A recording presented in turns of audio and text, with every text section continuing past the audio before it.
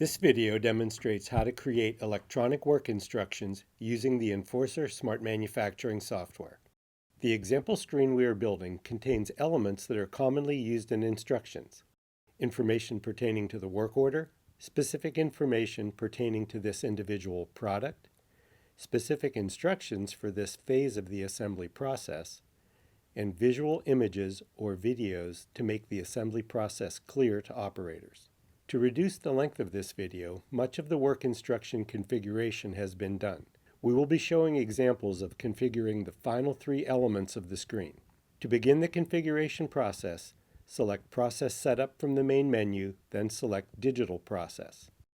Next, select Operation and then Process Coordinator. Finally, select Edit Start Work Instructions. From this menu, you can add a new screen or edit an existing screen. We will be finishing the configuration of Screen 1. Most of the screen has been defined. We will be defining a field to display the lot number of a raw material used in this product. Select the display icon and drag it to the desired location on the screen. Resize the element to fit the location on the screen. Define a color for the value of the text.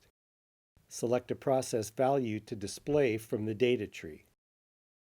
The part data element contains all the process data collected for this specific product. In this example, we are displaying the sleeve component lot number. We are also defining the field type and field size. The next element to add to the work instruction is an image.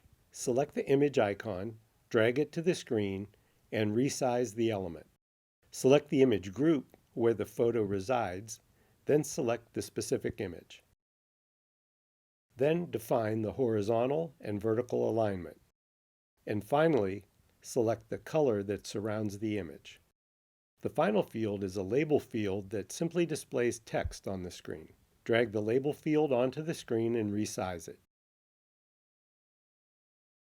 Select the color, the size, and the boldness.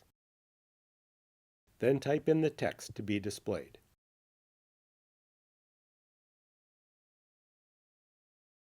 Once complete, select the Preview button at the top of the screen to view the screen layout.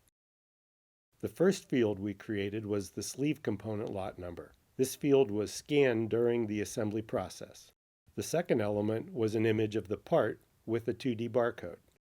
And the third element was the text that instructs the operator at this stage of the process. Once the spindle is scanned, the serial number will be displayed at the bottom of the screen.